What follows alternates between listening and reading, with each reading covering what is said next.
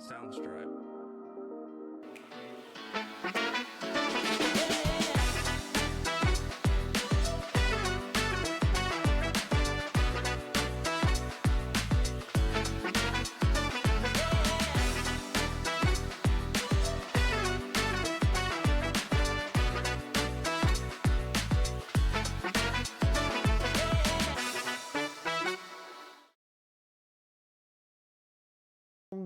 Bienvenue sur le Playmat. On se retrouve ce petit vendredi soir pour une petite émission nouvelle en solo pour présenter un jeu que j'affectionne particulièrement et on va se retrouver assez fréquemment, je pense, pour continuer cette aventure. Et ce jeu en question, c'est un jeu autour du monde des rêves qui se nomme Etherfield.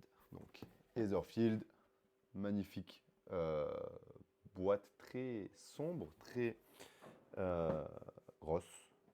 Un jeu avec pas mal de matériel, pas mal de figurines, euh, et qui va nous amener en fait tout simplement dans le monde des rêves. Mais je ne vais pas vous en dire plus, je vais plutôt attaquer la partie et on va découvrir au fur et à mesure avec ce scénario d'intro et au fur et à mesure des parties, euh, bah, pardon, l'aventure qu'on va vivre ensemble, tout simplement. Allez, on passe du coup sur le plateau de jeu. Plateau de jeu magnifique, illustré ici. Pour l'instant, pas grand-chose dessus, hein. On est sur notre partie d'introduction. Moi, en tant que joueur, de mon côté, vous ne le voyez pas, mais je possède un petit plateau de joueur qui est ici. Pas grand-chose à dire sur ce plateau, hein. Il ne va pas donner grand-chose en termes d'indication. C'est plus savoir, moi, où sont mes cartes, mon deck de cartes pour pouvoir jouer mes actions. J'ai également ma petite figurine qui est juste là.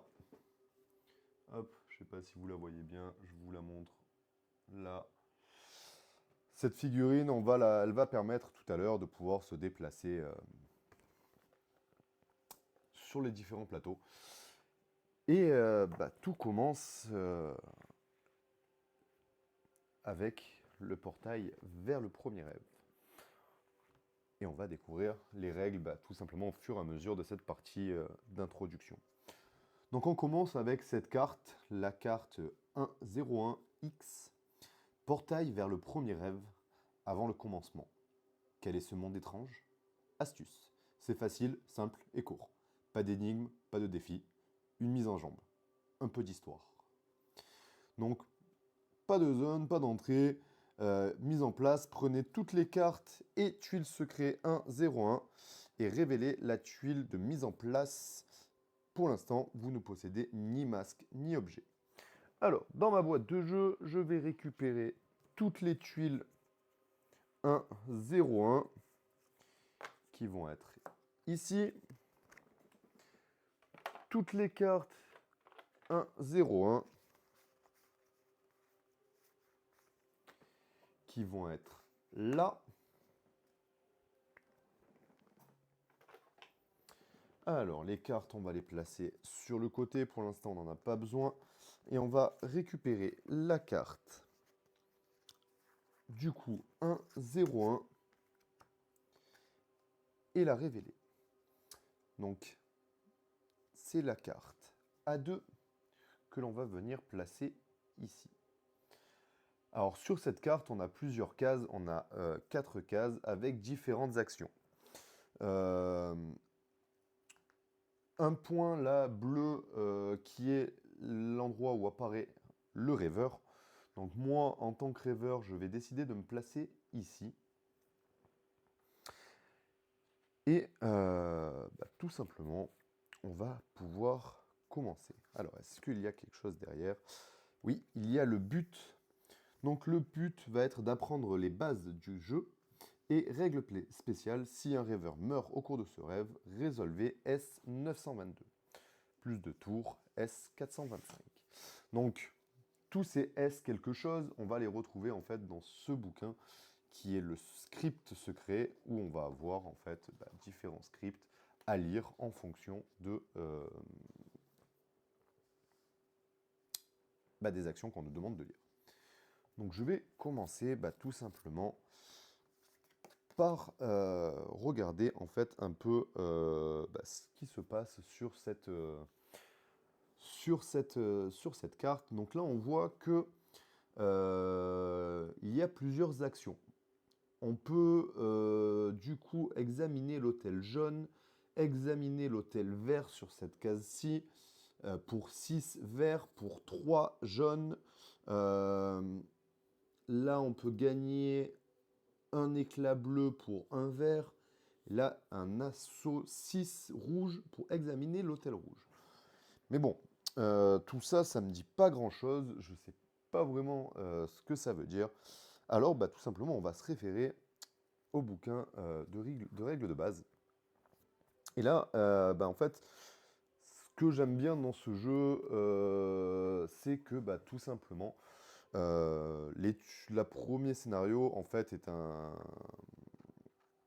tutoriel et il suffit de suivre un peu chaque action qui se propose là, en suivant le bouquin qui nous donne étape par étape ce qui reste à faire. Donc, nous disent de placer donc, le plan du site des rêves sur le site A2, faire entrer le rêveur, donc ça c'est ce que l'on a fait, et il nous demande de générer des entités. Donc il n'y en a pas sur celui-ci, donc on passe au suivant. Hop. Donc ça vient à notre phase des rêveurs. Notre phase des rêveurs, on nous demande de piocher, donc on va prendre notre deck influence que l'on a mélangé. Hop.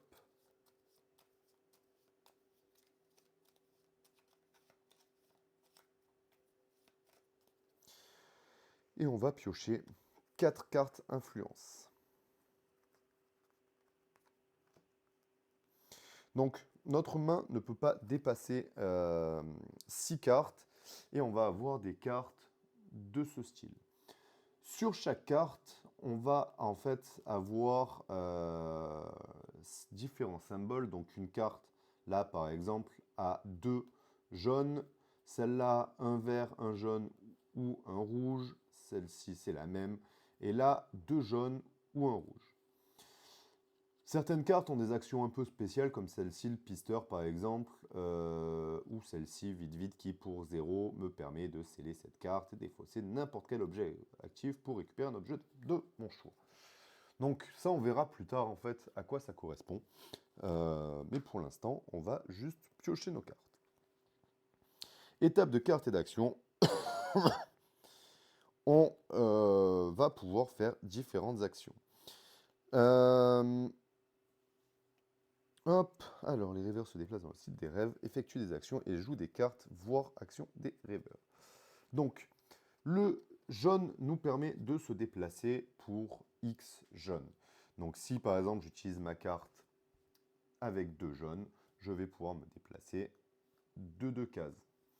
Si je veux faire un assaut,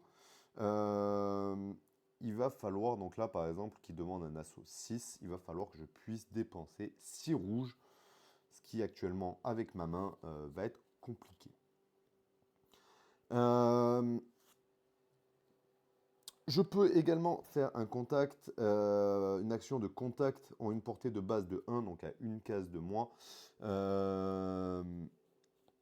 avec du vert, là, pour le coup. Et je peux réaliser un effort, donc je peux perdre X heures, donc c'est ce cadran qui est ici, pour me déplacer de X cases une fois par tour. Oh, pardon. Donc, voilà. La carte de tour en cours indique quel effet. Ok, étape de cartes et d'action. Les rêveurs se déplacent dans le site des rêves, effectuent des actions et jouent des cartes, voire actions des rêveurs. Les rêveurs ne peuvent effectuer leurs actions simultanément sans se soucier d'un quelconque ordre de jeu, car c'est également un jeu coopératif où on peut jouer jusqu'à 5 personnes. avec une extension. Sinon 4 avec la boîte de base. Du coup, nous, qu'est-ce qu'on va faire là pour ce premier tour? On est...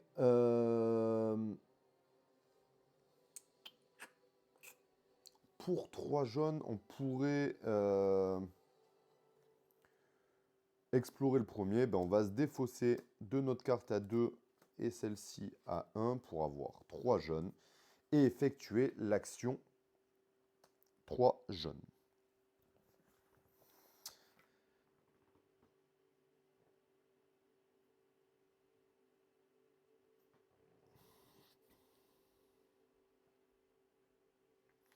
Donc, le 3 jaune, j'examine l'hôtel jaune S159. Yo Tidus, comment tu vas? Alors du coup, S159,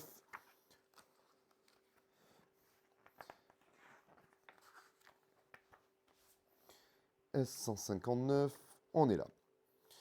Pour être sûr, avez-vous bien multiplié le coût par le nombre de rêveurs? Je suis seul, donc effectivement, c'était 3 parce que celui-ci, c'était 3 fois le nombre de rêveurs. J'étais seul, ça tombe bien, ça m'a coûté un peu moins cher. Du coup, le symbole, donc, personnage fois, signifie que pour effectuer cette action, le coût doit être payé autant de fois qu'il y a de rêveurs. Il s'agit d'une notion importante. Si vous jouez en solitaire, le coût s'élève à 3 fois 1, donc toujours 3. Rien ne change. À 2 joueurs, le coût est doublé et passe à 6. À 3 joueurs, il monte à 9. Et ainsi de suite. De plus, comme il s'agit d'une action graduelle, vous pouvez payer le coût par étapes. Vous n'êtes pas obligé de tout payer d'un seul coup. Bien sûr, si vous disposiez de suffisamment de détermination, vous pourrez le faire. Mais si ce n'est pas le cas, vous devriez pouvoir payer une fois le coût de base, soit 3 jaunes, et faites-le et placez un jeton comme ceci. Donc, on a ces petits jetons-là. Si je peux payer pour une personne, je viens placer ici, et quand on est plusieurs, ça permet de pouvoir chacun payer ses 3 jetons. Ça va, hein, ça forme toujours cash, bah ouais, on change pas les bonnes habitudes. Bientôt, tu auras peut-être fini le premier. Allez, nous on continue de notre côté. Donc lorsque vous et d'autres rêveurs paierez le reste, vous pourrez résoudre cette action. Si vous n'avez pas fait d'erreur et que vous avez payé le coût complet de l'action, placez un sur la un jeton comme celui-ci, transparent, sur la tuile de portail de rêve. Donc on place ce jeton. Après avoir résolu l'action, défaussez tous les symboles jaunes associés à celle-ci. Si le symbole rouge barré ne vous en empêchez pas, vous auriez pu payer de nouveau le coût de cette action pour placer un autre jeton transparent. Le symbole rouge placé devant le coût de l'action indique que vous devez placer un pion barré qui sont hop, juste ici sur l'action. Donc nous on a placé notre petit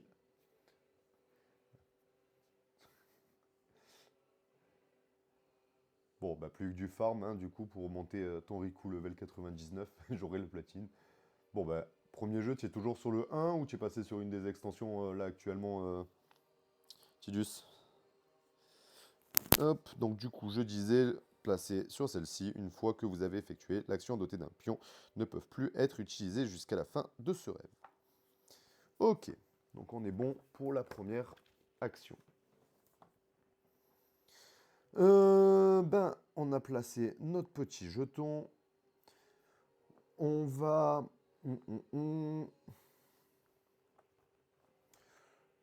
voir si on peut pas faire autre chose.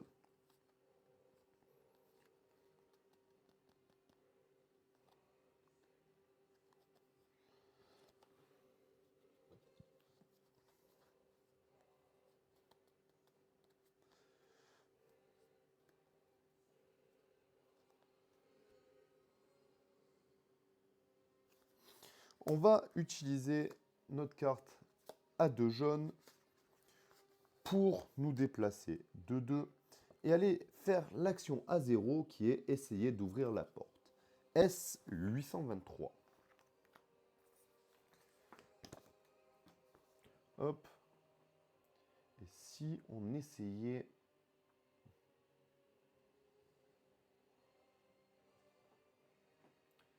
Hop.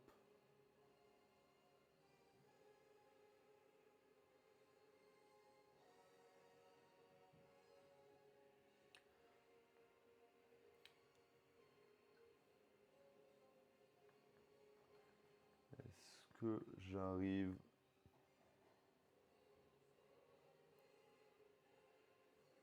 à zoomer assez pour que vous puissiez, hop là, pas me voir moi,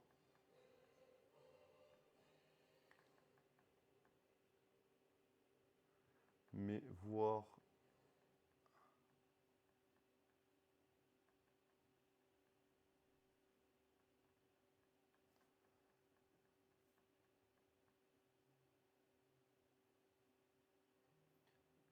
un peu mieux.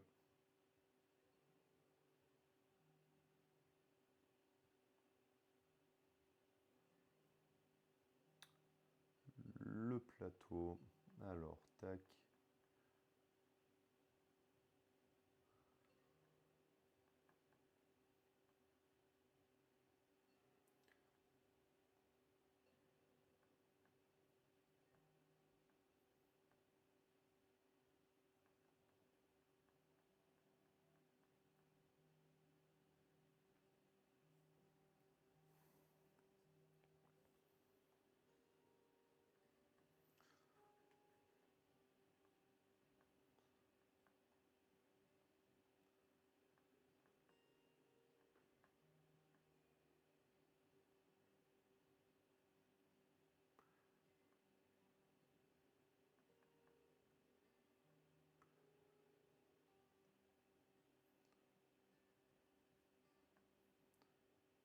Bon, je pourrais pas faire mieux que ça pour que vous puissiez voir le plateau. Malheureusement, je n'ai pas encore la technique suffisante pour pouvoir euh, proposer des zooms dignes de ce nom. Qui sait, peut-être hop, un peu plus tard. Donc là, on effectue cette action-là qui est du coup la S823. Allez, on va chercher la S823.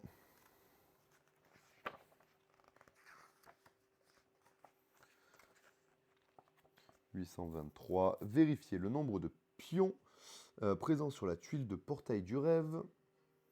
S'il y en a 3, défaussez-les et révélez la tuile Z et résolvez S. Sinon, les portes ne s'ouvrent pas. Dépêchez-vous d'essayer d'effectuer plus d'actions sur la tuile A2. Il doit bien y avoir un moyen d'ouvrir cette porte. Alors, il va falloir... Et non, pas de Réomidas ce soir.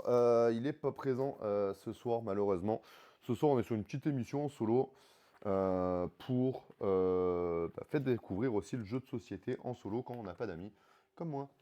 Non, plus simplement, tout simplement, montrer que on n'est pas obligé de, quand on n'a rien à faire, de jouer à Kingdom Hearts par exemple, mais qu'on peut se faire un petit jeu de société en solo, c'est tout aussi cool et tout aussi passionnant qu'un jeu vidéo par exemple, où on est devant l'écran. Du coup, moi de mon côté, va falloir que j'essaye d'aller ouvrir autre chose. Sauf que là, je n'ai plus trop de cartes, je n'ai plus grand chose à faire. Euh, ta, ta, ta. Qu'est-ce que je vais faire? Donc, je vais faire l'étape des entités du rêveur. Donc, la carte, pardon, la carte tour en cours indique quel effet du rêve sur la tuile entité, sur celle du portail du rêve, qui est là, pardon, c'était ici le portail du rêve.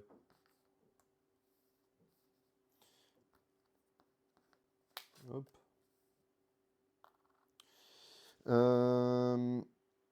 Mais là, actuellement, vu qu'on est sur la partie d'initiation, il n'y a pas d'effet pour l'instant.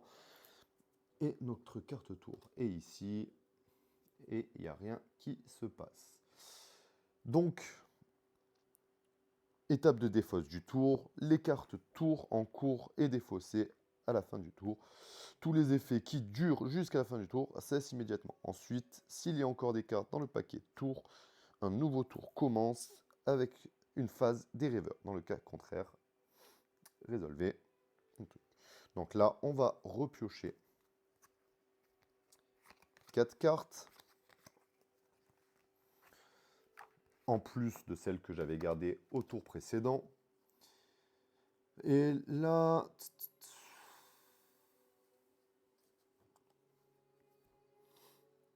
Alors...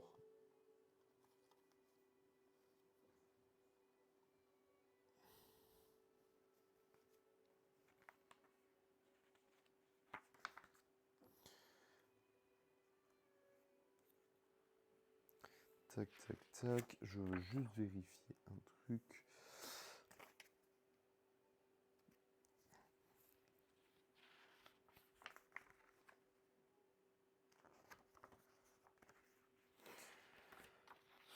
Que je vais faire tout simplement, j'ai besoin de 6 rouges et j'ai cette carte-ci, là, cette carte-là, que l'on verra mieux si je la mets ici, qui me permet de faire soit un rouge, soit un jaune, soit pour 0, je peux faire cette action.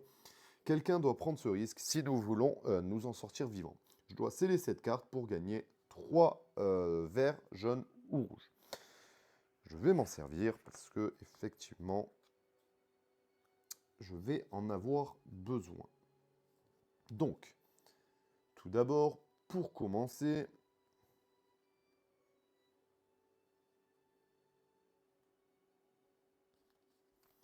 ah, eh ben non, oui, si. Je vais utiliser ces deux-là pour pouvoir me déplacer, plus une action d'heure pour me déplacer de 3. Je vais arriver ici.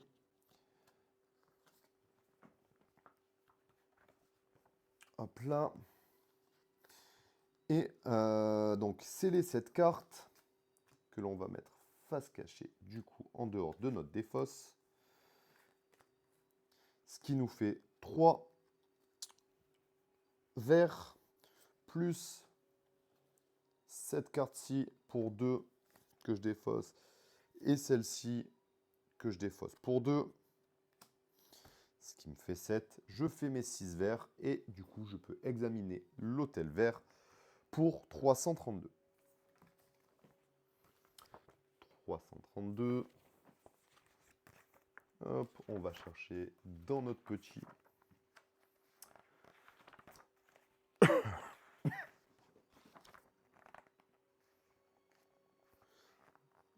Là. Donc, ici, vous pouvez essayer de gagner un jeton transparent. Ce serait nécessaire pour ouvrir le portail. Vous apprenez comment utiliser le dé de chance et comment influencer les résultats. Alors, il va falloir lancer le dé de chance, qui est ce dé-là. Sur X et sur le trait rien. Sur 1, hop là, il est où? Le 1, 2 ou 3, il se passera peut-être quelque chose. Alors, on va essayer. Hop, c'est un 1. Alors, ça marche. Placer un jeton sur la tuile du rêve.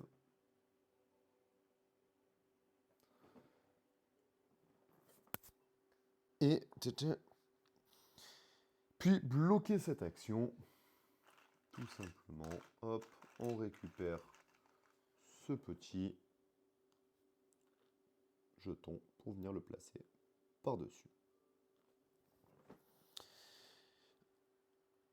Mais ce dernier se trouve... Non, c'est pas celui-là, je suis en train de lire le mauvais, si c'était le bon.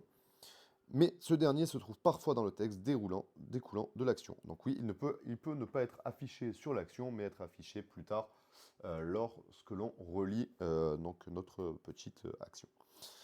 De nombreux effets supplémentaires vous seront révélés lors des scripts. Ok, ben on n'a plus de cartes en main, on n'a plus grand chose à faire. on va dévoiler une nouvelle carte tour. Hop, que l'on fait ses effets, rien ne se passe. On repioche 4 cartes. 3, 4 cartes. Hop, je récupère mes 4 cartes. Et là, il me reste le rouge à faire.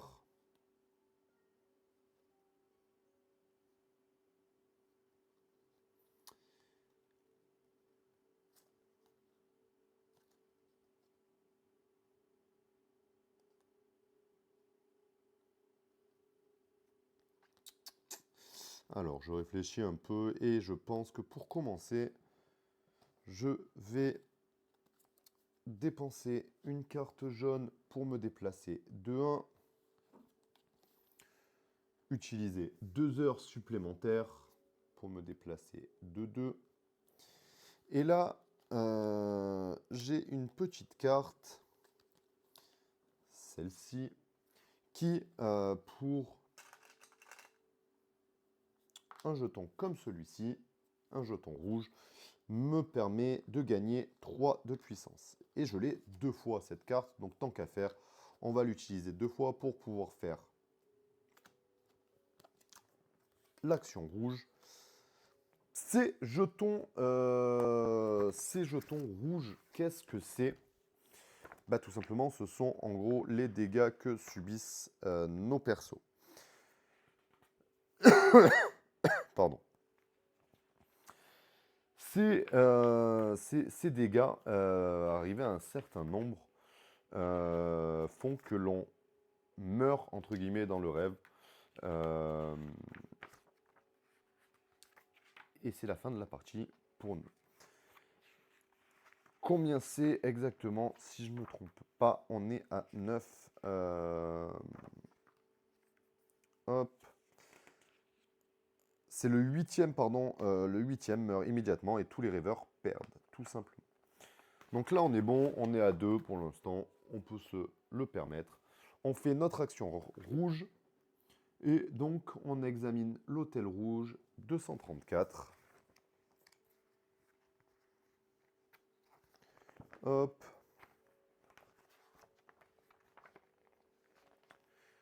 « 234, 234. » Alors, si vous êtes ici, c'est que vous avez tenté un assaut. Une solution plutôt violente pour régler les problèmes. Pour rappel, une action d'assaut ou de contact peut être effectuée à distance. La portée de base de cette action est indiquée sur votre carte action de base. Elle est de 1, mais de nombreuses cartes peuvent l'augmenter. N'oubliez pas l'effet de l'action, placez un jeton transparent sur la tuile de portail de rêve. Et pensez également à bloquer cette action. Hop. Une action de plus de bloquer.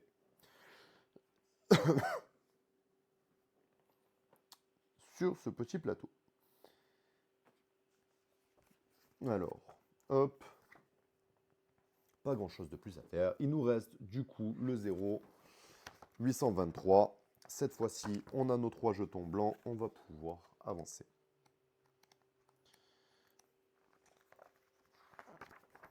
Allez, 823. Vérifiez le nombre de pions présents sur la tuile. Si il y en a 3, défaussez-les, révélez la tuile Z et résolvez 173. Donc on résolve, on révèle la tuile Z qui vient se placer ici, juste à côté. Hop.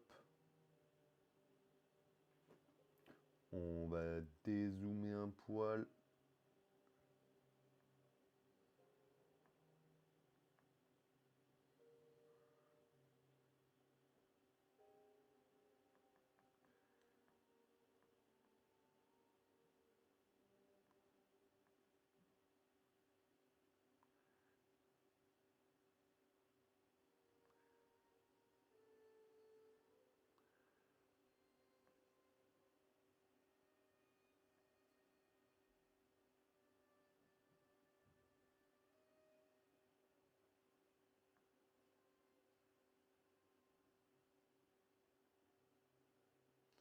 Hop, là.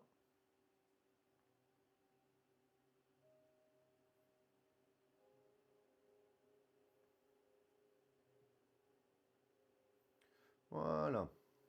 Comme ça, vous voyez bien. Et du coup, on résolve la prochaine qui nous dit la S173.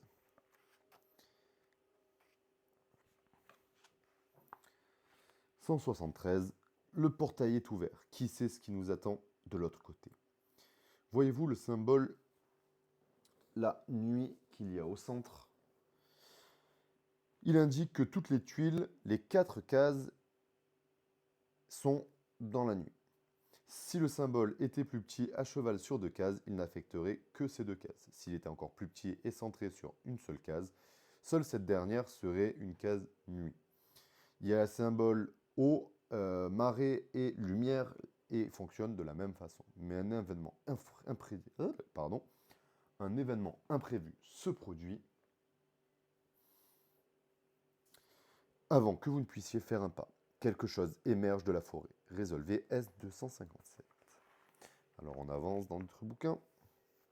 S257.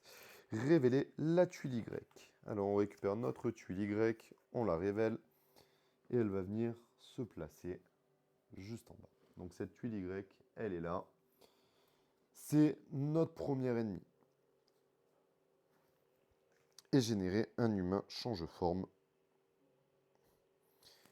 signifie placer une figurine dans la case avec le symbole que l'on voit là, rose. Il n'y a qu'une seule dans ce rose. Non, c'est donc très simple. Il n'y a pas de texte d'ambiance cette fois. Considérez ce script comme une sorte de pause active, un moyen d'en apprendre plus sur votre adversaire. La tuile Y est une tuile d'entité. Placez-la dans l'emplacement correspondant. Alors, vous ne la verrez pas parce que sinon, il faudrait replacer, hop, là, à moins que...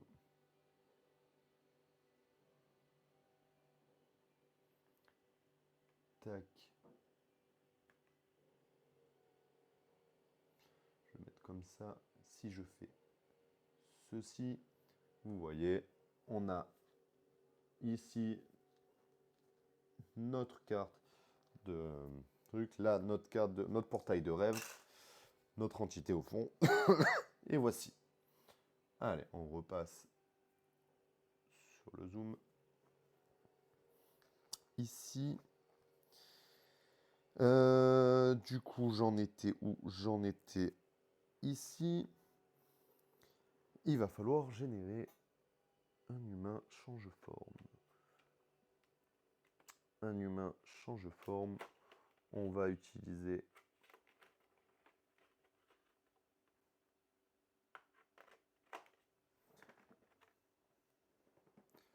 celui-ci. Une nouvelle figurine qui vient se placer juste derrière nous.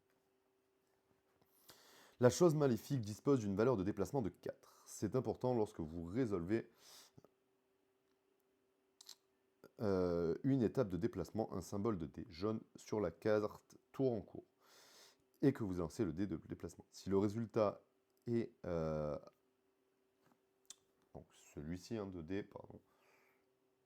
Donc si le résultat est cette flèche-là, que l'on voit, hop, que l'on voit ici, l'entité ne se déplace que d'une case, quelle que soit sa valeur de déplacement. Si vous obtenez celui-ci, la grande flèche, elle se déplace de cette valeur, soit 4 cases. Si le résultat est, hop là, celui-ci, donc la petite différence, c'est le petit plus qui est au-dessus de la flèche, juste là, l'entité avance de sa valeur de déplacement, puis vous lancez à nouveau le dé. Pour rappel, les entités se déplacent toujours vers le rêveur le plus proche, sauf indication contraire. Si plusieurs rêveurs sont situés à la même portée, vous choisissez lequel est ciblé par l'entité. Cela peut servir à sauver l'un de vos coéquipiers blessés d'une mort certaine, attirer l'entité dans des cases spécifiques ou à mettre en place d'autres tactiques. Que se passe-t-il si l'entité ne dispose d'aucun chemin valide vers les rêveurs? ou si elles se retrouvent déjà dans la même case que l'un d'entre eux. C'est très simple, elles ne se déplacent pas. En dessous se trouvent les interactions avec l'entité. Il n'y en a qu'une seule ici, une action d'assaut. Il semble que vous n'allez guère pratiquer le contact aujourd'hui.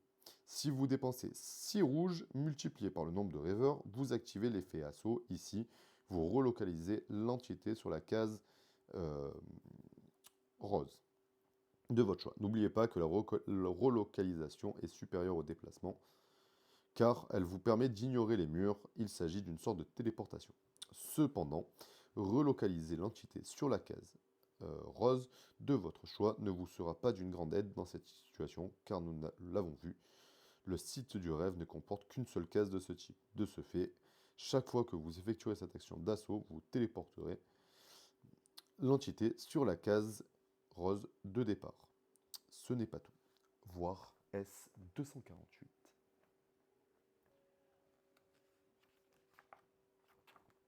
Alors, S248, on avance, hop, ici. Pardon, hop, je me perds dans mon bouquin. S248, en dessous des interactions, vous pouvez voir 3 effets d'entité qui sont résolus lors de la phase du site du rêveur. Métamorphe, de base et spécial. Donc, hop, si je replace ma carte ici, ce sont les 3 effets qu'il y a là. Ces effets-là vont être en synergie avec les cartes de tour qui sont ici.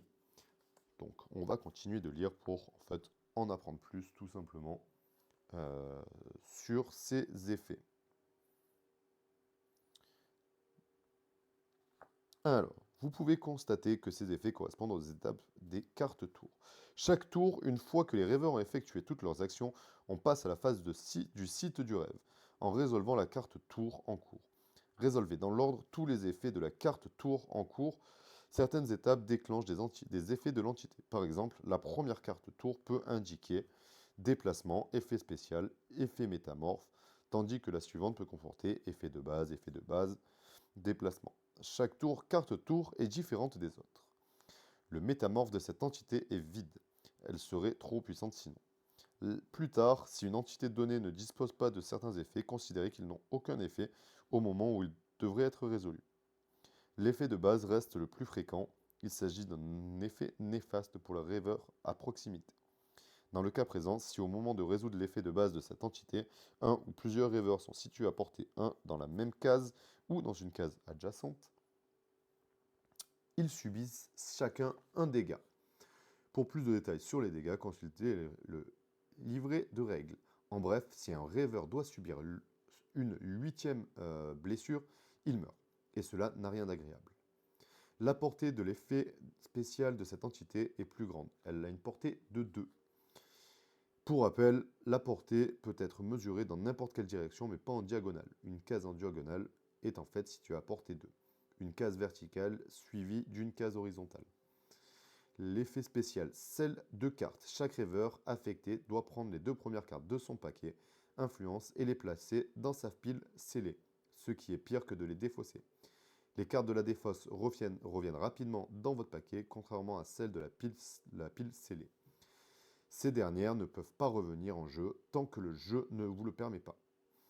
Elles deviennent donc temporairement inutilisables. Ce n'est pas un effet plaisant, mais vous devrez faire avec, car il s'agit de l'un des effets les plus fréquents dans le jeu.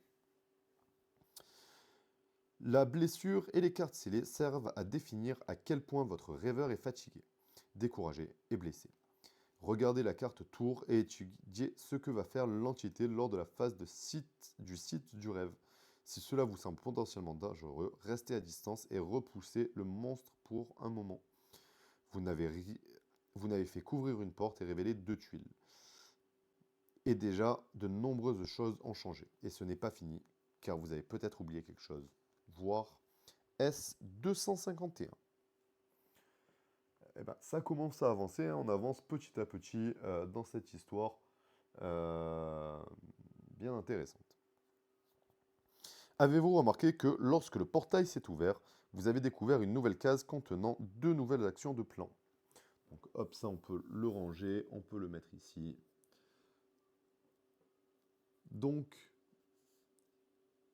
effectivement, on a révélé cette nouvelle case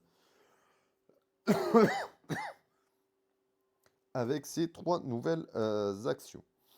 Vous voilà à présent face à des choix difficiles, n'est-ce pas? Donc, on va lire un peu quand même ce qui se dit. Donc là, on a une porte ouverte à ce niveau-là. Pour 2 jaunes, on a une sorte de levier. Là, s'il n'y a pas d'entité à portée 1, vous pouvez payer 2 par personne. Est-ce une sorte de jeu? On ne sait pas. Ici, pour 10 verres, ouvrir ou fermer la porte. Ici, pour un verre, ouvrir ou fermer la porte. Et ici, pour un jaune, entrer dans le tunnel secret. Alors, qu'est-ce que il faut prendre en compte que, également, pardon, ces traits jaunes-là sont des murs que l'on ne peut pas franchir en tant que perso. Donc, il va falloir tourner autour. Donc,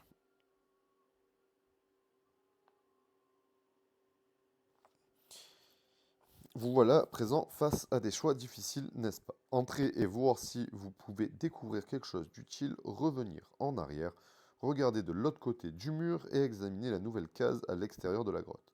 Mais qu'en est-il des dangers qui se trouvent derrière vous? Vous n'en êtes encore qu'au début du jeu, nous allons donc un peu extrapoler.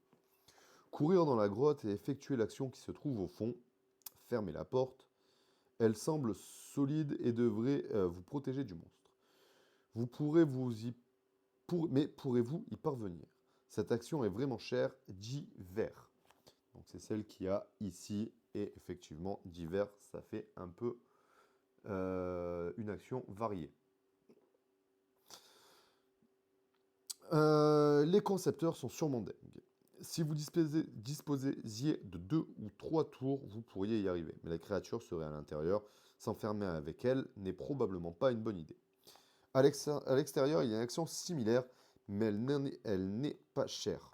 1 verre. C'est donné. Mais si vous fermez la porte depuis l'extérieur, comment allez-vous rentrer? Peut-être par ce tunnel secret à proximité.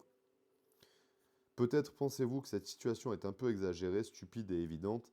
Vous avez sans doute raison, mais ne pensez-vous pas que le premier rêve doit être simple afin d'initier les joueurs? Il existe possiblement d'autres options. Faites ce que vous voulez, la porte ne va pas se fermer toute seule.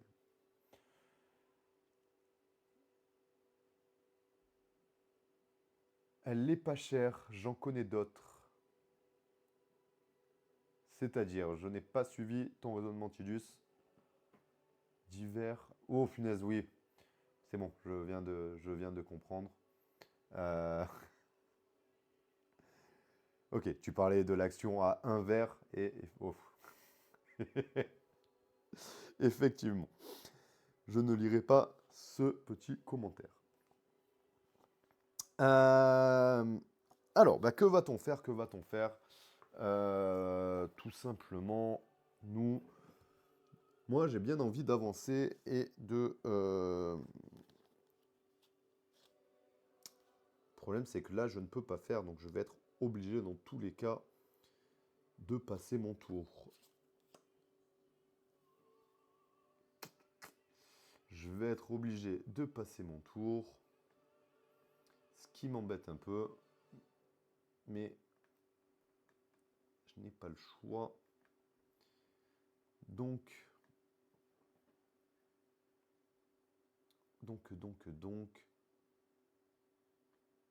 Hop, pardon. Je reviens sur cette action. Et on va donc, pardon, je vous montre on va commencer par l'effet de base. Donc chaque rêveur situé à 1 subisse un dégât. Ça fait mal. Et chaque rêveur situé à portée 2 scelle 2 cartes. Donc je prends 2 cartes du dessus que je scelle. Hop, donc ici on a ma défausse, mon paquet influence, et ici les cartes que j'ai scellées. Derrière, on va lancer le jeton qui fait qu'il avance de 4. Il vient me rejoindre. Et on est bon, on attaque le nouveau tour. Donc au prochain, il me fera encore sceller 2 cartes, me fera un dégât et pourra se déplacer. Donc je pioche 4. Je pioche 4. Je vais dépenser... Hop. Un jaune pour me déplacer ici. Je vais défoncer 2 jaunes pour effectuer l'action. Et je vais appuyer sur le levier S030. S030. Nous tirons le levier. Un craquement résonne à l'extérieur. Révélez la carte C. Donc je prends la carte C, qui est ici. Et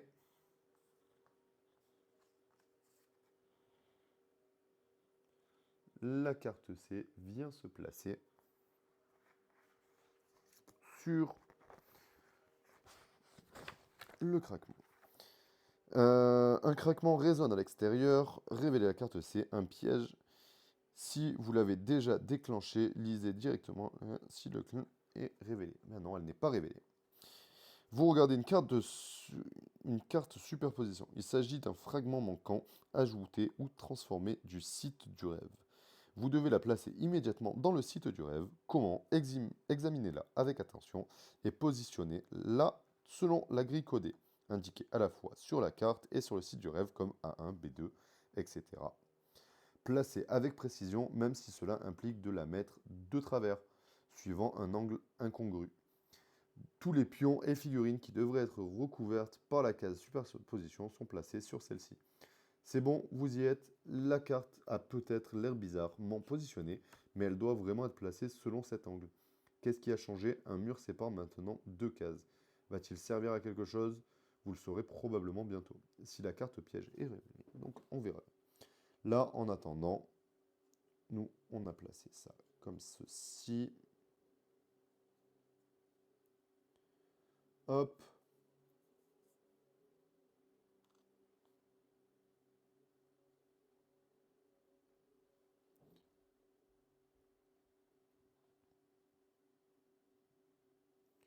Voilà.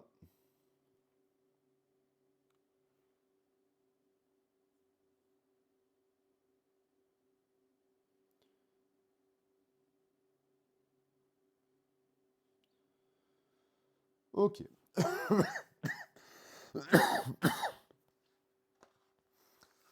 Ça ne m'arrange pas. Ce n'était pas ce que j'espérais. J'aurais préféré que ça ferme la porte. Malheureusement, ce n'était pas ça. Alors, qu'est-ce qui me reste comme action possible? J'ai 2 jaunes, un vert, 2 rouges, un vert. S'il n'y a aucune entité à portée 1, vous pouvez payer 2 verts.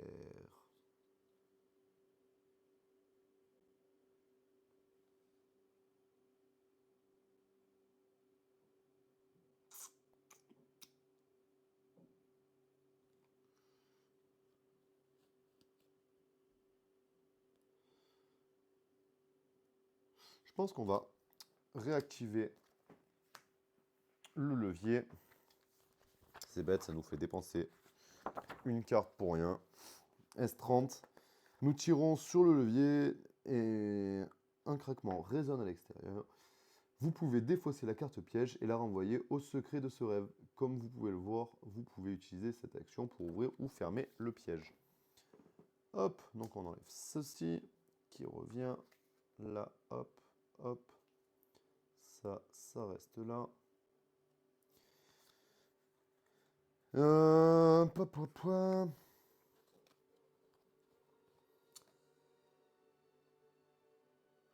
Eh ben, on va passer notre tour. Donc, il va faire son effet spécial. Je vais me prendre encore un dégât. Je passe à 4 dégâts.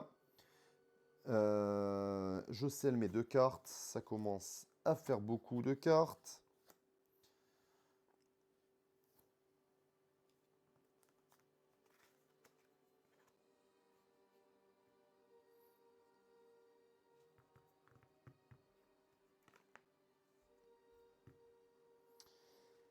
Et il se déplace. Est-ce qu'il se déplace là où je veux? 3. Hop, il vient ici. J'aurais préféré qu'il ne bouge pas. Mais bon. Je pioche mes cartes. Je n'ai plus assez de cartes dans ma pioche. Je n'ai plus que 2 cartes dans ma pioche. Donc je ne peux pas piocher 4. Je vais donc mélanger ma pioche. Enfin ma défausse, pardon. Pour la remettre dans ma pioche. Malheureusement, ça m'inflige un dégât. Je suis donc à 5 dégâts. Ça commence à faire beaucoup pour pouvoir en prendre 8. Je vais réussir à mourir dans le scénario d'introduction. Je crois qu'il va falloir que je me ressaisisse un peu.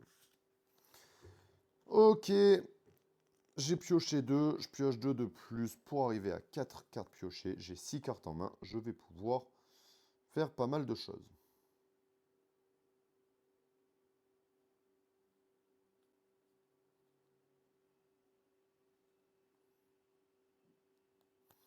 Donc je vais payer 2 jaunes pour me déplacer. De 2, 1, 2. Payer encore 2 jaunes. 1, 2. Payer encore 2 jaunes pour venir ici.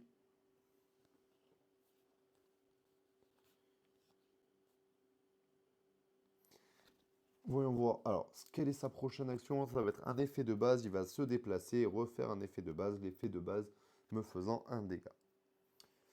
Donc, hop.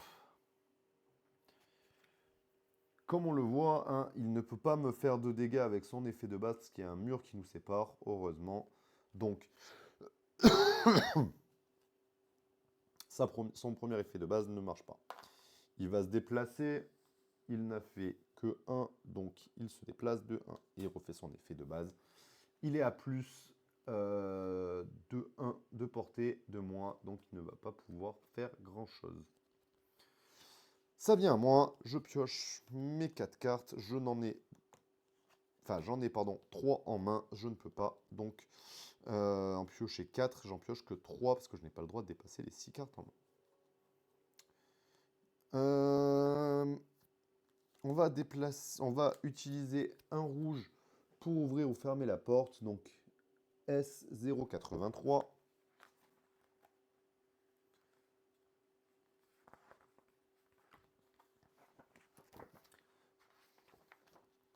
0,83. Vous pouvez fermer la porte, placer un pion verrouillé, qui est là, ici. On a verrouillé la porte. Dans ce rêve, les portes fermées comptent comme des murs. Si vous avez fermé la porte, aucun rêveur ni aucune entité ne peut franchir le mur. Vous n'avez pas à vous souvenir de cette règle sur le long terme. Il s'agit d'une règle spéciale qui ne s'applique que dans ce rêve. Considérez-la comme une règle spéciale supplémentaire de ce rêve. Vous pouvez également, si vous le souhaitez, ouvrir la porte si elle est fermée. Défausser le pion, vous pouvez ouvrir et fermer la porte autant de fois que vous voulez, du moment que vous payez le coût de l'action chaque fois. Ok, donc ça, on est bon. Derrière, ce qu'on va faire, c'est qu'on va payer un jaune pour entrer dans le tunnel secret. 179, on paye un jaune. S179.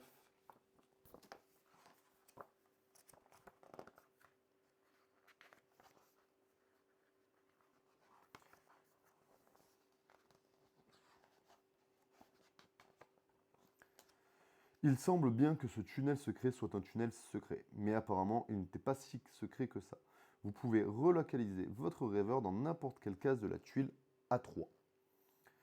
La relocalisation ne constitue pas un déplacement standard, mais s'apparente plutôt à une téléportation. Vous pouvez ignorer les murs et placer votre rêveur dans n'importe quelle case de l'intérieur, des intérieurs. Ok, donc on va venir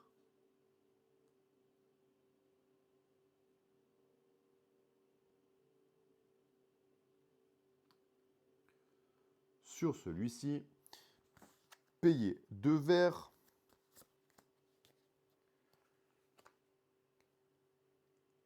effectuer l'action S326 car j'ai payé 2 par joueur.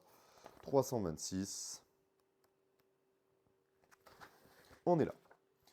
Juste pour confirmer, avez-vous bien rempli les conditions indiquées au-dessus de l'action? Vous pouvez voir, pour pouvoir, utiliser cette action, aucune entité ne doit se trouver à portée de 1 de sa case, ce qui est le cas.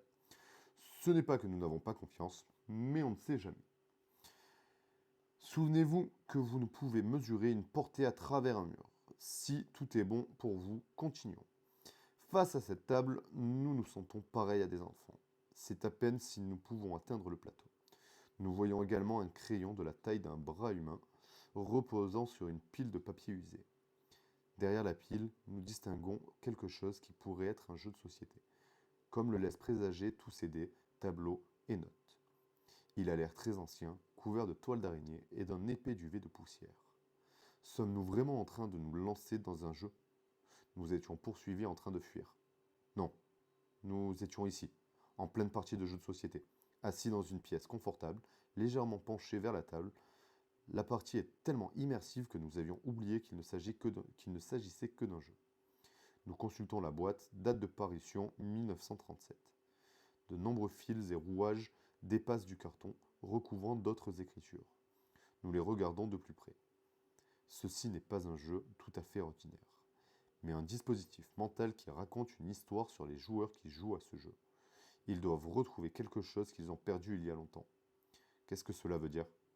Un joueur sur des joueurs qui jouent à un jeu? Un appareil? N'importe quoi. Ce n'est qu'un vieux jeu tout à fait normal. Quoique. Révéler la tuile V. Hop, notre petite tuile V est ici et elle va en B3. Donc elle va venir ici. On va donc dézoomer encore un peu pour que vous puissiez un peu mieux voir. Hop, le plateau.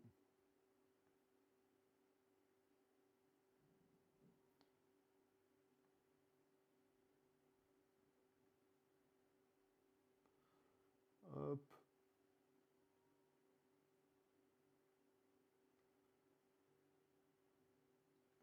Voilà.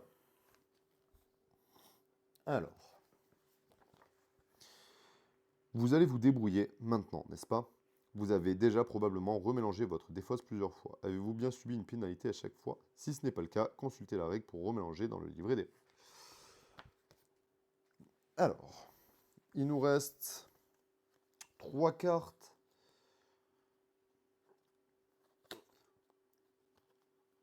On pourrait avancer de 2, mais on ne pourrait pas faire l'action. Alors là, les 3 actions qui se sont offertes à nous. Ici, pour 2 rouges par perso, une planche branlante S181. Ici, pour 3 verts que dissimule ce rideau. Et ici, examinons cet ascenseur S214 pour un vert. 1, 2,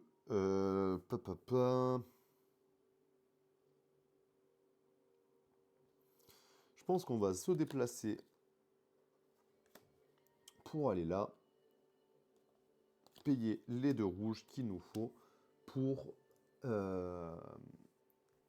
aller sur cette planche branlante S181.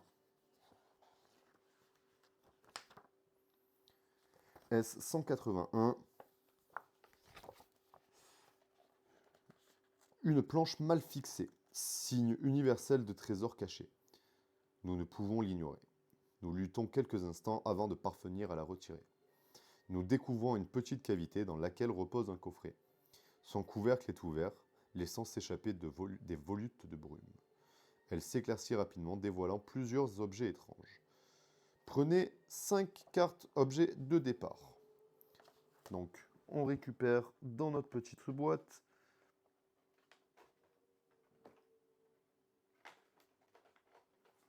Hop, si j'arrive à les retrouver.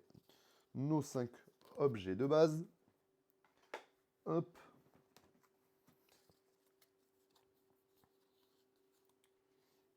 qui sont, hop, ces 5 cartes.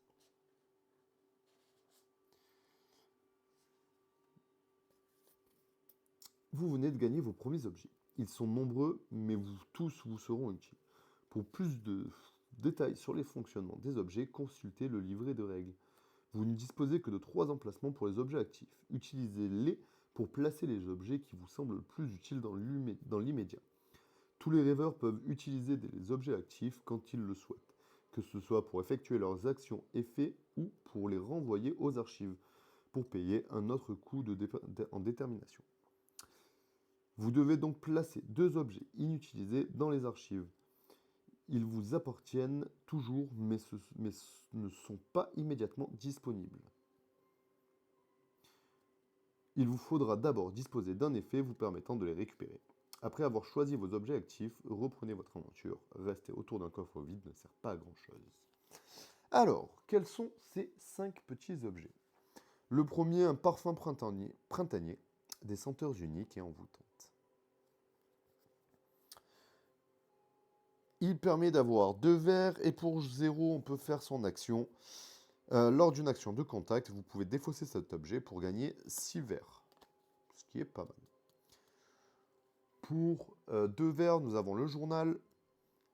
Pour 4 verres, on peut utiliser cet objet et chaque rêveur peut sceller une carte pour dévoiler toutes ces cartes ou pour remélanger son paquet sans pénalité. Défausser cet objet après utilisation.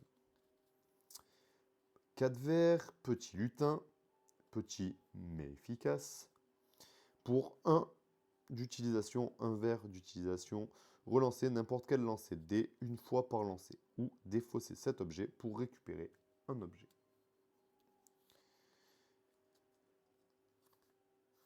Hop, il nous reste 2 objets. Le livre des oiseaux. Chaque rêveur peut placer gratuitement une carte progrès de sa main, défausser cet objet après utilisation. Donc les cartes progrès, ce sont des cartes que l'on a dans nos decks, comme celle-ci par exemple, qui viennent se placer sous notre plateau joueur et qui vont avoir des effets une fois par tour de façon passive, tout simplement. Et le dernier, qui fournit soit 4 rouges, soit 4 verts. Le plan stratégique, discutons avant d'y aller. Dans le songe uniquement, pour 0, chaque rêveur peut se déplacer d'un maximum de 6 cases. Défausser cet objet après utilisation. Je pense que les 3 objets que l'on va prendre, ça va être le journal, qui nous permet de remélanger gratuitement.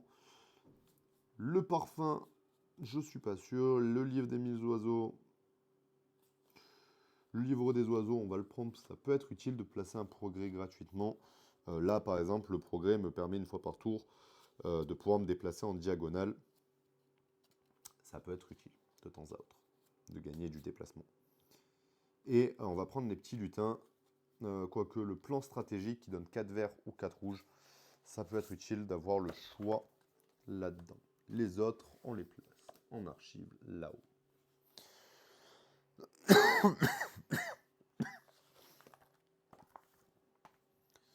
Ok.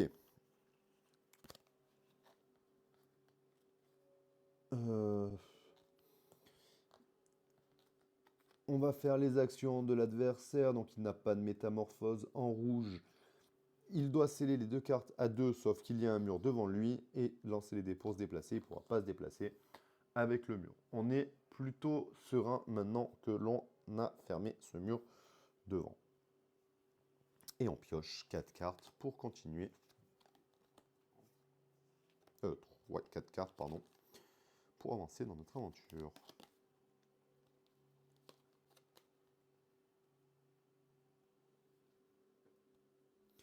On va déplacer notre perso de 1, faire 3 verres. Et que dissimule ce rideau? Révéler la carte A. Donc on récupère la carte A, qui est cette carte-ci. Savez-vous qui vous êtes? Résolvez S313. La prochaine fois que vous examinez l'ascenseur, ajoutez +10 au numéro du script. Alors, 313. Continuons. Nous trouvons une porte dissimulée derrière un rideau. Les gonds grincent de façon sinistre lorsque nous l'ouvrons. Découvrant un vestiaire, sans doute celui d'un théâtre, à en juger par les nombreux costumes et masques. Attendez, des masques? Cherchez toutes les cartes 241S, vous les trouverez parmi les cartes secrets. Cet énorme paquet mystérieux que vous ne devez pas regarder sans que le jeu ne vous l'y autorise. Vous les avez toutes, comptez bien, vous devriez en avoir 14. Alors, on va chercher ça.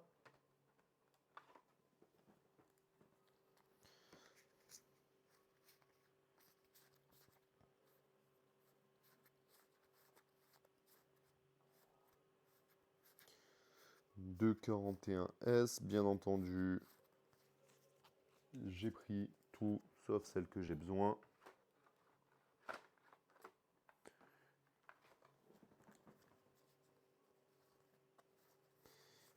PRS.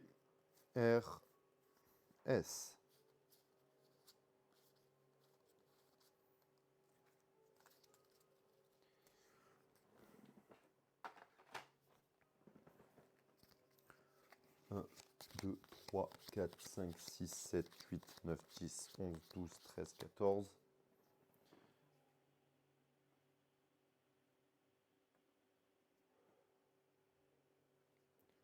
Hop. Nos cartes sont ici. Il y a effectivement les 14. 313. Nous allons pouvoir continuer. Maintenant, chaque rêveur choisit 2 de ces cartes. Ne regardez pas les règles des masques pour l'instant. Choisissez vos masques en vous fiant à leur illustration et à leur nom. Chaque rêveur prend ensuite les masques correspondants dans la boîte. Vous pouvez maintenant consulter les règles qui figurent au dos. Ils sont à vous. Chaque rêveur choisit un des 2 masques qui devient son masque actif. L'autre est mis de côté dans la boîte.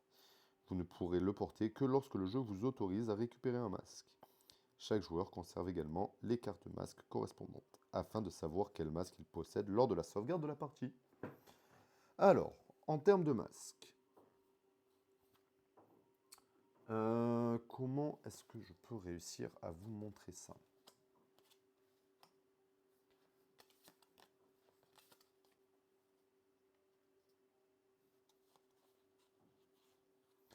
Alors, nous avons la dévotion, la tromperie, les ténèbres, la robustesse, fantôme. Je vais essayer de vous les montrer comme ça. Donc, hop. Attendez, on va passer sur ce plan. Donc, la dévotion, qui est juste ici. Fantôme. Robustesse. Ténèbres.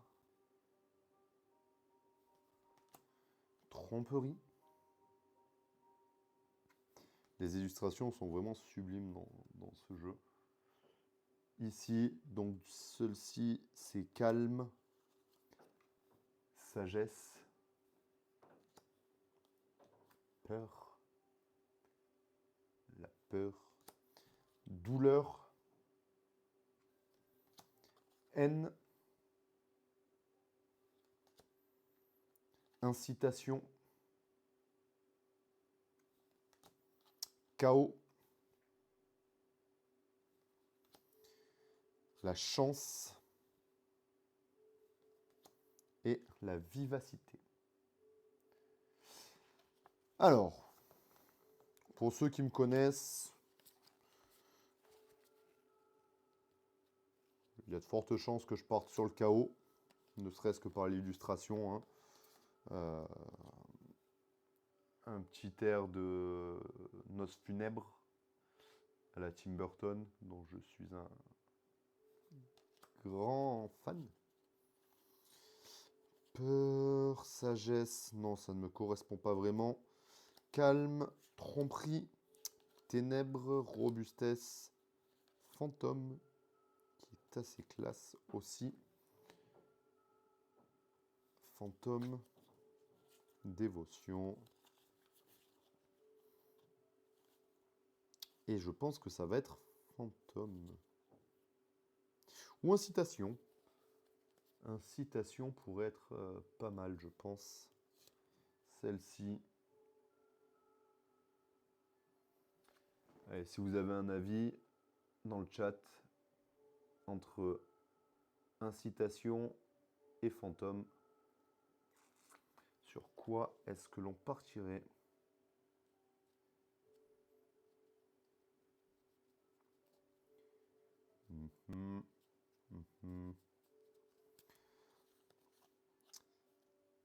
Allez, on va partir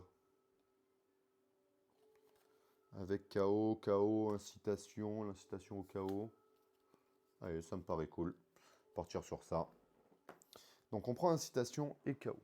On va récupérer les masques correspondants. Alors, il va falloir les retrouver. Incitation, qui est juste là. Et ici, nous avons chaos. Donc, les deux masques qui sont ici. On va regarder du coup les règles qui sont correspondantes à chacun des masques. Incitation, la portée de vos actions d'assaut et de contact est augmentée de 1. Et KO, une fois par tour, je peux payer une gemme bleue, comme celle-ci, que je n'ai pas encore, pour lancer le dé de chance et avoir plusieurs actions. Sur un X, je résous tous les effets de la carte tour en cours. Sur le moins, j'ajoute un métamorphe. Sur le 1, je désoriente une entité. Sur le 2, je paralyse une entité. Sur le 3, je sonne une entité. Sans problème de portée. Donc, je vais partir sur le masque du chaos, qui est plutôt utile si je rencontre des adversaires qui pourraient être chiants. On va essayer de récupérer.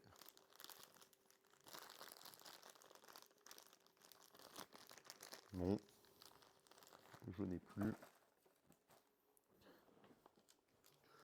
Bon.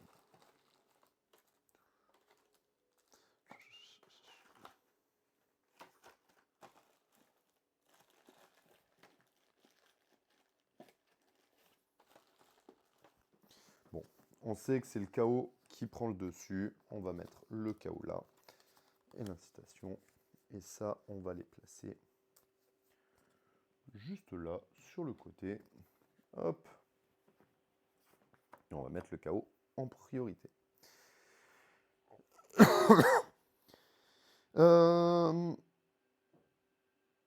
Vous ne savez toujours pas qui vous êtes. Mais les masques vous aident un peu. Au moins, vous pouvez faire semblant d'être quelqu'un. Et si vous savez presque qui vous êtes ou qui vous prétendez être, peut-être que l'ascenseur va-t-il enfin vous écouter. La prochaine fois que vous effectuerez l'action, examinez l'ascenseur, ajoutez 10 au numéro du script indiqué, soit 224 au lieu de 214. De façon à ce que vous ne l'oubliez pas, il existe une carte. Savez-vous qui vous êtes? Hop, donc cette fameuse carte, savez-vous qui vous êtes? On revient sur le mode de jeu.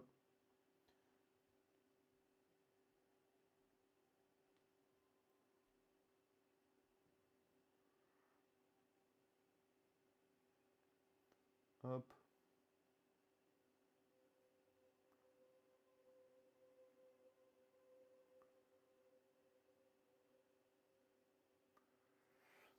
Et là. Je la garde sur le côté. Je vais la mettre ici avec mes masques. Et du coup, ben, il nous reste plus qu'à avancer. Est-ce que j'ai assez? Je peux me déplacer de 2. Donc je vais aller ici et pour 1, je vais examiner l'ascenseur et lire le 224.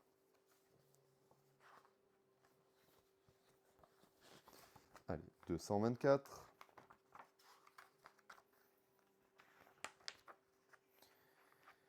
« 224, l'ascenseur démarre, il grince horriblement. Des étincelles jaillissent et il tangue comme s'il allait se décrocher à tout moment. Mais poursuit miraculeusement sa montée. Nous observons les lumières des étages intermédiaires jusqu'à ce que l'ascenseur finisse par s'arrêter. Un rayon de soleil filtre sous la porte. Nous voilà de retour dans la forêt. Les arbres se balancent dans le vent, comme s'ils cherchaient à échapper au marais dans lequel ils sont enracinés. Il fait froid, la nuit est déjà tombée et le chant des oiseaux s'est arrêté. Dans le lointain, dans les collines situées au-delà de la forêt, un halo lumineux semble indiquer la présence d'une cité. Une odeur de fumée, probablement issue de cheminées, parvient jusqu'à nos narines. N'avez-vous pas le sentiment que quelqu'un vous mène par le bout du nez? Quelqu'un ou quelque chose? Révélez la tuile W. La tuile W a un ici. Donc, hop.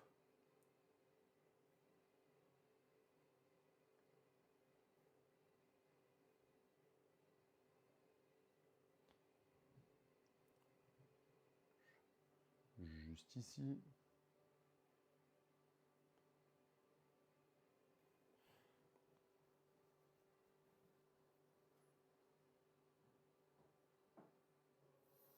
Relocaliser les rêveurs dans la case, hop, ici. Donc les rêveurs reviennent à cet endroit-là, juste là.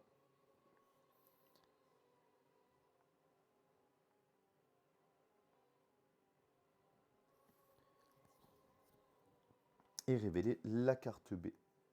La carte B est ici.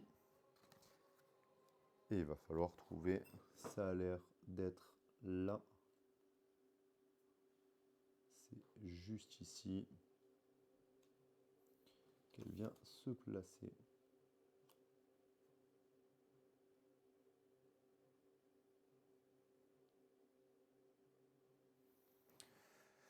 Ok.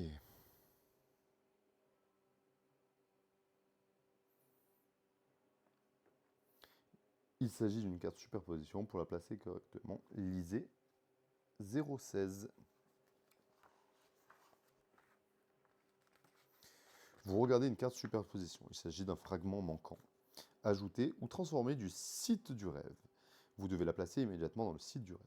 Comment? Examinez-la avec attention et positionnez-la selon la grille codée indiquée à la fois la carte et le site du rêve comme A1, B2, etc. Placez avec précision, même si cela implique de mettre de travers, suivant un angle incongru. C'est ce que nous avons lu tout à l'heure. Bien.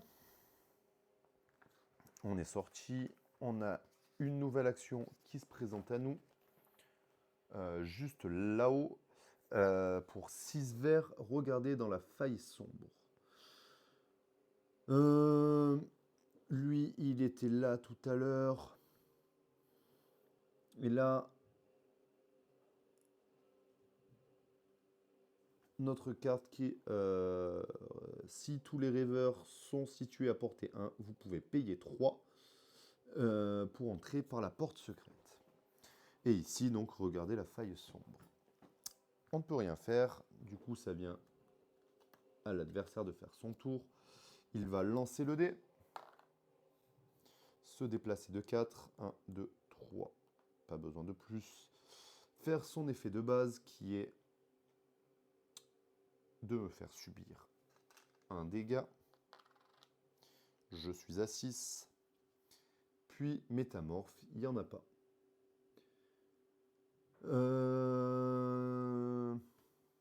Hop, prochain tour, il fera effet de base et il se déplacera. Donc nous, on pioche 4. On va prendre l'option. Je n'ai pas l'option de pouvoir faire 6 verts, malheureusement. si je pourrais le faire. Et je pense qu'on va le faire. On va utiliser nos 2 dernières heures pour se déplacer de 2. Payer. Donc pour 0, je vais sceller cette carte pour prendre 3 verres, plus dépenser les 3 verres qui me restent en main. Hop, que j'ai ici, hein, comme on voit là. Je me défausse de tout. Je vais prendre. Hop, je vais anticiper le mélangeage. Parce que je n'ai plus de cartes quand je vais devoir piocher. Hop. Je prends mon 7e dégât. Je vais regarder donc S008 pour regarder dans la faille sombre. S008, nous fixons la faille remplie d'ombres tourbillonnantes. Nos souvenirs perdus, flashback d'heures, voire de journées ou d'années perdues. Flashback d'heures, voire de journées ou d'années envolées. Des brides de notre vie entière dont il ne reste qu'un souvenir fugace. Quelque chose de terrible s'est abattu sur le monde. Nous nous souvenons d'un laboratoire et franchir ce mur d'oubli est difficile. Si la carte piège est révélée, renvoyez-la au secret de ce rêve. Ce qui n'était pas le cas. Donc ça vient à l'adversaire qui va faire son effet de base, de taper à 1 de distance. Donc il est là. Il ne peut pas nous taper, hein, on est à 2. Et après, il va se déplacer. 2-4, il nous rejoint. Mais il a fait ses actions. On défausse et on dévoile. Prochain tour, il va se déplacer et taper 2 fois. On n'a plus trop le choix, il va falloir rusher. 1, 2, 3, 4. On pioche nos 4 cartes.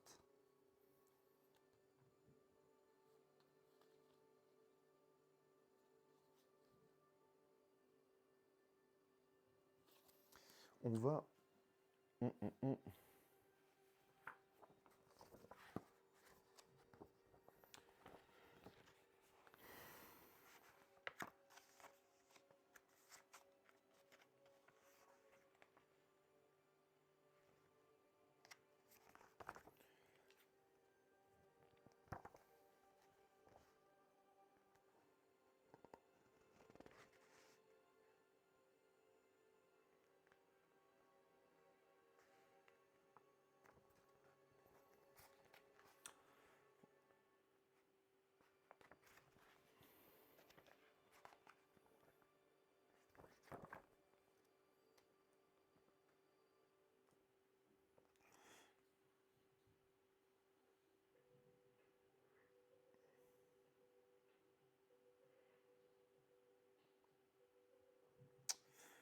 Eh oui.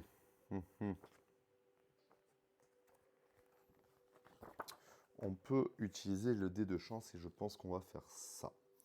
On va payer 2 jaunes pour se déplacer de 2.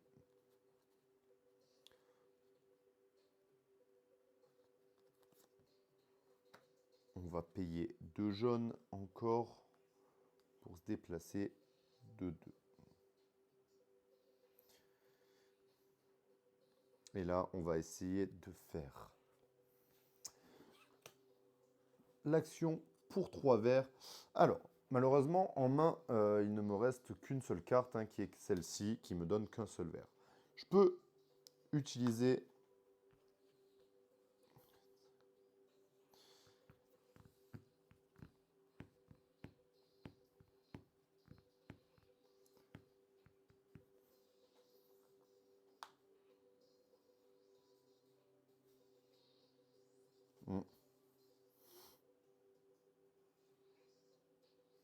Je peux l'utiliser et espérer faire un 2, ce qui augmenterait l'effet du nombre de verres que j'ai à disposition.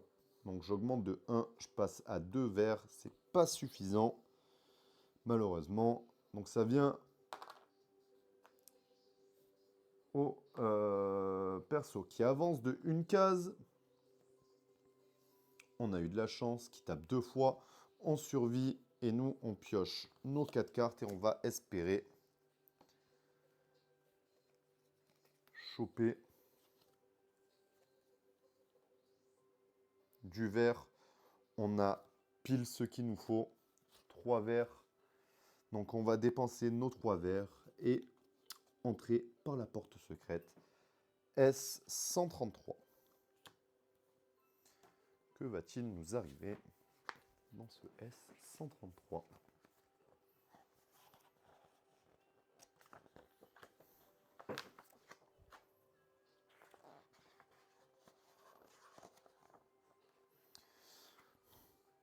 Ah, un gros pavé de texte à lire, c'est parfait. Nous franchissons la porte sur le couvercle de la boîte et une lumière vive nous englobe.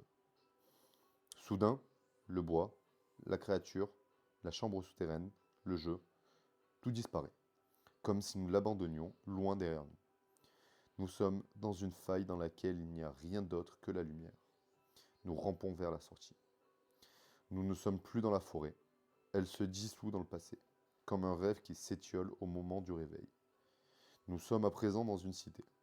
Mais est-il possible de s'éveiller à l'intérieur d'un rêve? Si nous sommes éveillés, nous ne devrions plus être en train de rêver. Mais le paysage est si... Cette cité est à nul autre pareil.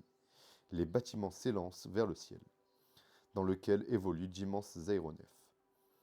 La lune est soit trop grosse, soit trop proche et une gigantesque installation mécanique la relie au sol. Les néons bourdonnent et clignotent, nous invitant à visiter les échoppes bigarrées. Nous sommes soudainement accostés par quelqu'un ressemblant à un croisement d'humains et de rats. Ah, excusez-moi, mais l'espace d'un instant, j'ai cru que vous n'aviez pas de visage. Mais ce n'est pas le cas, n'est-ce pas? Quelle idée stupide. Désolé, dit la créature en agitant une bouteille. Je vous souhaite une excellente nuit, gens qui ont un visage. Victoire. Chaque rêveur soigne 2 blessures et décèle 2 cartes. Donc je prends mes 2 premières cartes et je les décèle. Ce qui est plutôt cool. Bouche bée, nous contemplons cette gigantesque et mystérieuse cité. C'est alors qu'un souvenir prend forme dans nos esprits. Cherchez toutes les cartes 241L.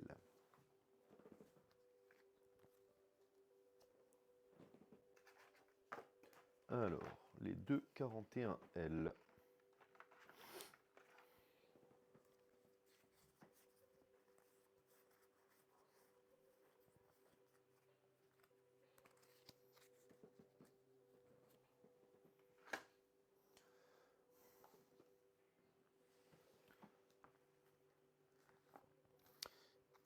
Il s'agit des premiers souvenirs que vous pouvez retrouver si vous remplissez les conditions indiquées sur les cartes.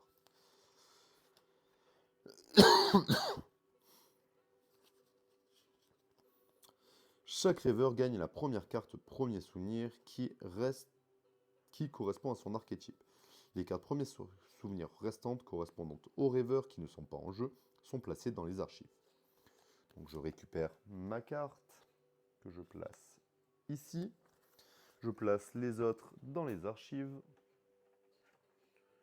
Hop, ça c'est fait. Ces cartes sont à usage unique. Une fois leurs conditions remplies et leurs effets résolus, elles sont retirées du jeu. Il est maintenant temps de légèrement changer les règles du jeu. Comme on peut s'y attendre lors d'un épilogue, n'oubliez pas de résoudre toutes les étapes suivantes. Elles sont nombreuses, certaines vous octroyant des récompenses là où d'autres ajoutent de nouveaux éléments de jeu. Cherchez les 4 tuiles de 36A. On va ranger ça, ça on le place là. Les 2,36A. Alors oui, effectivement, dans ce jeu, on passe pas mal de temps à chercher des cartes, mais ce n'est pas bien dérangeant. L'histoire est captivante par la suite. Alors, 2,36A. On a trouvé les 4 cartes.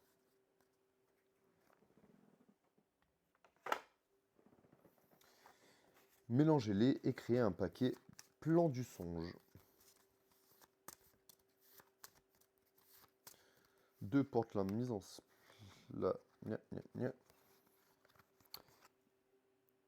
Alors, 2 portent la mention mise en place. Il s'agit des 2 tuiles de mise en place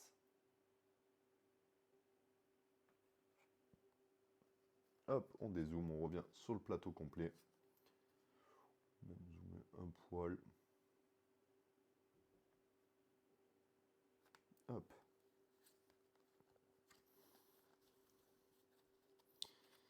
Mise en place du songe qui devront toujours être placés en premier dans le plan du songe. Donc ça, on les prend et on vient les placer ici. Ça, on est bon.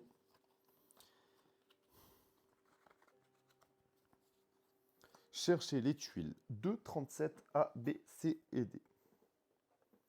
Donc on reprend nos cartes. On va au 2, 37. Et on prend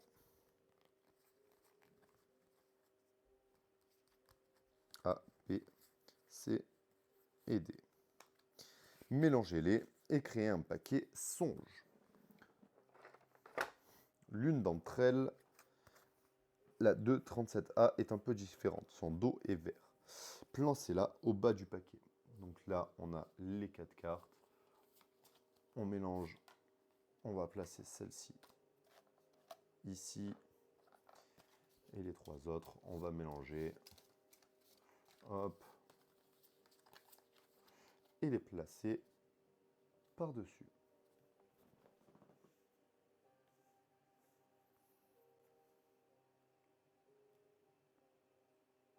Hop, alors attendez, je réponds.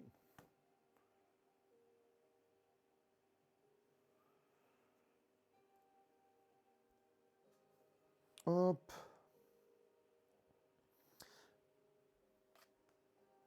Ça, on est bon. La suite. Où devons-nous commencer nos recherches? De vagues fragments d'entraînement franchissent la barrière de l'oubli. Nous savions que nous allions nous retrouver dans une telle situation. Nous devons choisir une ligne de conduite. 2 options s'offrent à nous. Nous lancer dans une enquête, trouver quelqu'un qui sait ce qui se passe, ou, à l'inverse, nous plonger en nous-mêmes en espérant trouver des réponses. En bref, nous pouvons soit nous rendre dans la cité, soit méditer, entourés par la nature. Gagner les tuiles portail du rêve 239B. On va commencer par là. Donc les 239B qui est ici et la 239O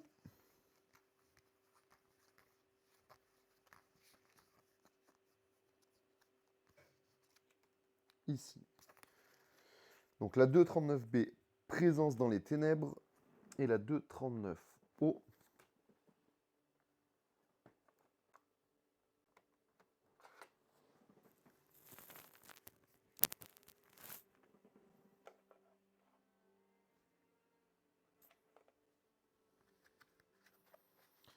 hop, on les remet ici. Donc la 239B, présence dans les ténèbres, et la 239O, je n'oublierai jamais ces jours ensoleillés. Ces tuiles vous permettent d'entrer dans des rêves uniques si vous voyagez jusqu'à leur position sur la map monde onirique et que vous dépensez le nombre de clés requis. Vous disposez d'une enveloppe dans laquelle ranger vos tuiles de portail du rêve. Hop, donc on va récupérer la petite enveloppe qui est ici et placer nos 2 portails du rêve à l'intérieur.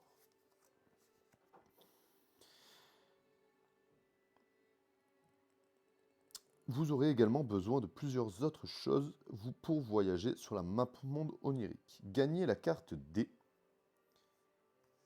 qui est celle-ci, qui était là. Notez qu'il s'agit d'un code plus court, sans nombre associé.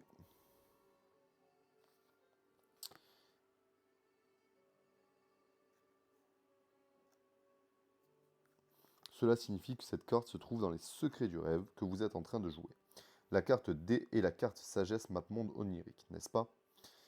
Placez-la dans le porte-carte sagesse, elle vous servira lors de votre périple sur la map monde onirique. Essayez de garder à l'esprit ces quelques éléments issus du livret des règles.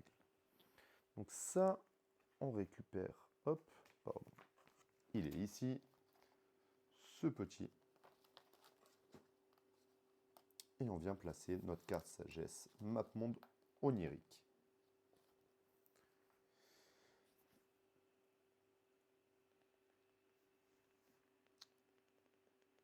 On en est où? On en est là. Gagnez les tuiles 101S et 101T qui sont ici. Il s'agit de vos deux premières tuiles de la map monde onirique Suburbia et Metropolis, qui sont deux cartes ici. Placez-les dans les emplacements correspondants du plateau avec ces deux tuiles pour commencer à établir la map monde onirique. Donc, hop, elle vient se placer ici et ici.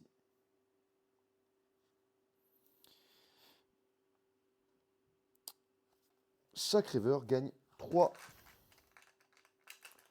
jetons blancs. Donc, hop, je récupère ces 3 pastilles blanches que je viens placer sur mon plateau de joueur. Utilisez-les à bon escient, car plus tard, il ne sera pas aussi facile d'en gagner. Afin de pouvoir le dépenser, vous aurez besoin de ceci. Gagnez les 3 cartes de 41C. Donc on va aller chercher le 241C.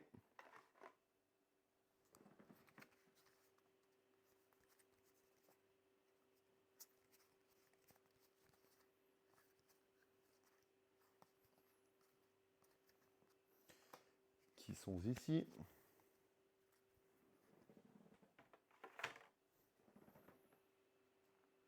Il s'agit de cartes notes que vous devez entreposer dans les archives.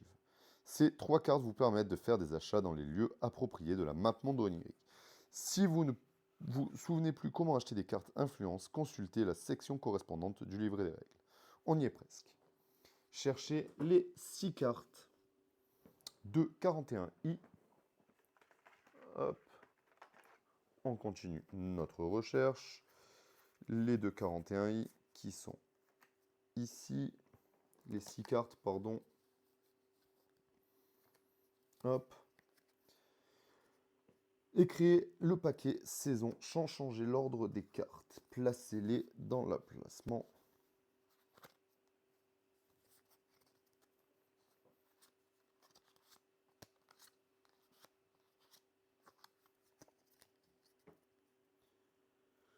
Créez le saison sans changer l'ordre des cartes. Placez-le dans l'emplacement approprié à côté du plateau de la map monde onirique qui est donc juste ici.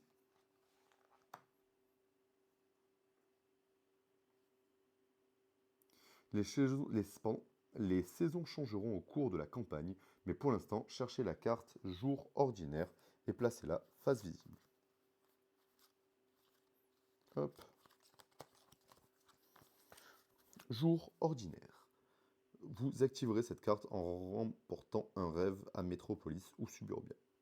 Le monde du rêve existe, c'est indéniable. Ces règles peuvent paraître étranges, mais au moins elles sont cohérentes dans leur instabilité. Cette saison n'affecte aucune règle de jeu. Cette carte reste active jusqu'à l'activation d'une nouvelle saison. Hop, parfait. Cherchez la carte 241M. Encore une carte. Il s'agit de la carte Sagesse Réveil.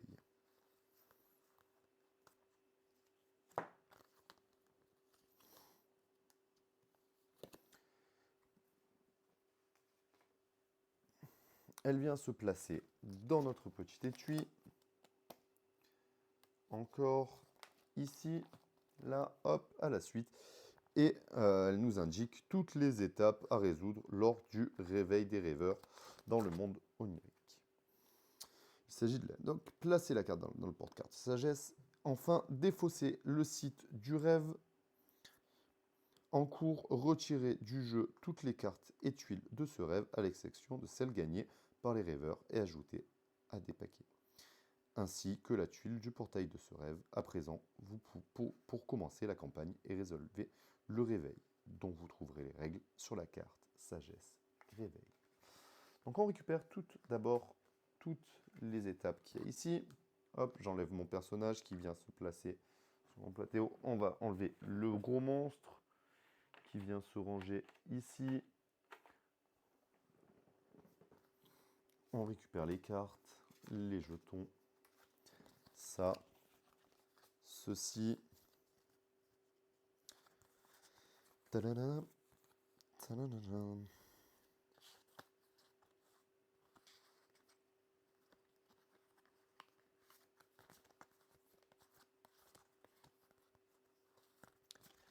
Ça, c'est bon, ça, c'est récupéré. Ces 4 jetons, on n'en a plus besoin.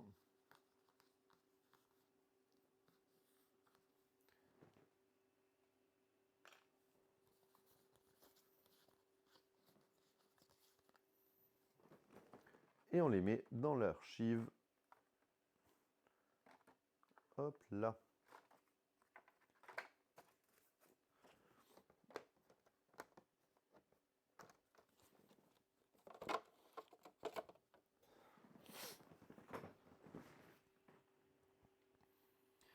Et maintenant, on va lire les règles du réveil.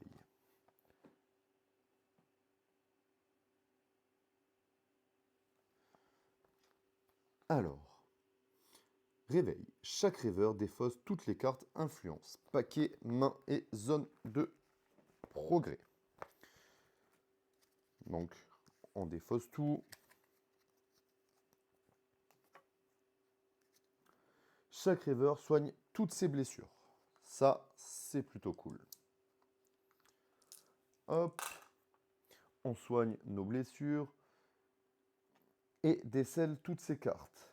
Hop, ça, c'est parfait. La carte premier souvenir, on la laisse là. Toutes ces blessures décèlent toutes ces cartes. Défausser toutes les clés et c'est... ça, on n'en avait pas. Remélanger les marchés d'influence et d'objets, les paquets destin et songe. Placer la tuile phase delta de 37A au bas du paquet songe. Ça, c'est fait. Les joueurs peuvent changer de rêveur. S121, 101, pardon. Chaque rêveur reconstruit son paquet d'influence. Minimum 20 cartes ou toutes s'il en possède moins. Maximum 40 cartes. Les cartes inutilisées sont remises dans la boîte dans l'emplacement réservé à chaque rêveur. Chaque joueur choisit un de ses masques et le rend actif. Récupérer 3 objets. Défausser le site du rêve en cours. Révéler 2 tuiles du plan sauge de mise en place. Placer le marqueur d'équipe dans le lieu du réveil de la map monde onirique. Donc, on récupère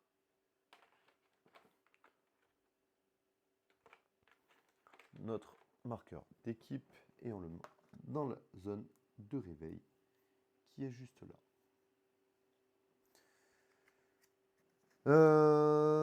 Ben voilà, nous avons fini notre première partie d'introduction.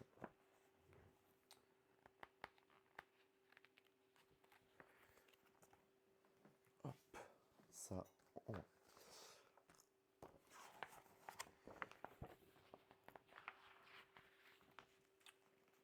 Je vais m'arrêter pour ce soir sur ce scénario d'introduction. Hop, on revient là.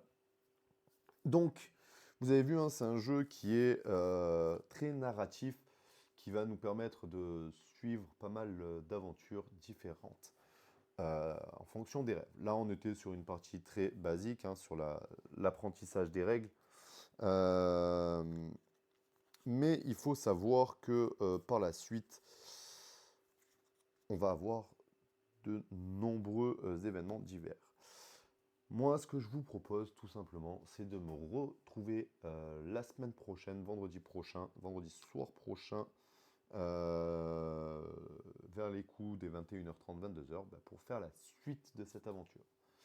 J'espère que cela vous a plu, que le jeu vous intéresse. Vous pouvez le retrouver sur pas mal de sites de vente, je pense. Je n'ai plus le prix du jeu, mais il faut compter une centaine d'euros, je pense, un peu plus, pour pouvoir y jouer. Euh, Moi, je ne pourrais que vous le conseiller, hein, tellement j'ai adoré ce jeu. Et bah, si vous voulez suivre cette campagne en solo et la suite des aventures de nos rêveurs, je vous invite à me rejoindre la semaine prochaine, même heure, même endroit. Pour la suite de la soirée, moi je vais ranger tout le jeu et on se retrouve d'ici un petit quart d'heure, 20 minutes pour aller jouer un peu sur Pixelborn pour tryhard un peu un nouveau deck, Lorcana, qui arrive, que je vais sûrement utiliser au final ce week-end. Une nouvelle petite découverte que j'ai trouvée sur internet. Une liste assez sympa. Je vous en parle tout à l'heure. Allez, on se retrouve tout à l'heure. Soundstripe.